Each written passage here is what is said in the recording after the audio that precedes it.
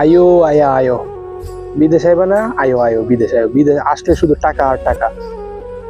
আসলে তো বিদেশ না আসলে বুঝতেই পারতাম না বিদেশ কত টাকা। 2 বছর হলো বিদেশ আসলাম মালয়েশিয়াতে, এখন পর্যন্ত যে টাকা দিয়ে আসলাম সে টাকাটি তুলতে পারলাম না। এটা আবার কিসের বিদেশ?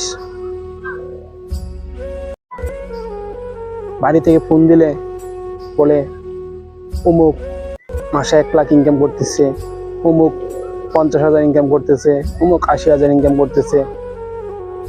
তুই ইনকাম করস না।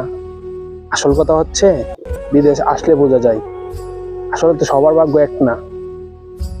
কেউ বিদেশ এসে কোটিপতি, আবার কেউ বিদেশ এসে ফকির।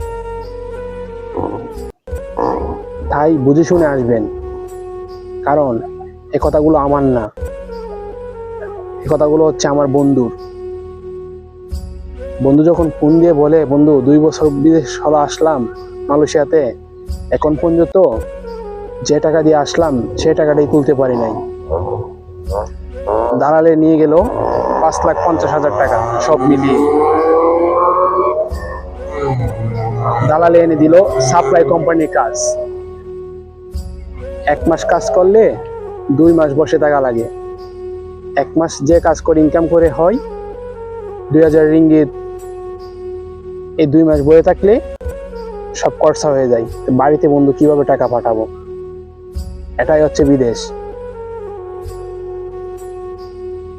আসল কথা, আমার ভিডিওগুলো যারা যারা দেখেন অবশ্যই বিদেশে আসবেন, কিন্তু দালালের মাধ্যমে আসবেন না। দালাল কিন্তু সাপের চেয়েও ভয়ঙ্কর। দালাল এমন একটি জিনিস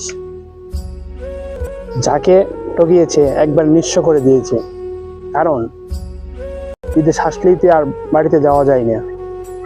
আপনি 5 লাখ 6 লাখ টাকা দিয়ে আসবেন, এসতে আপনি দেশে যেতে পারবেন না।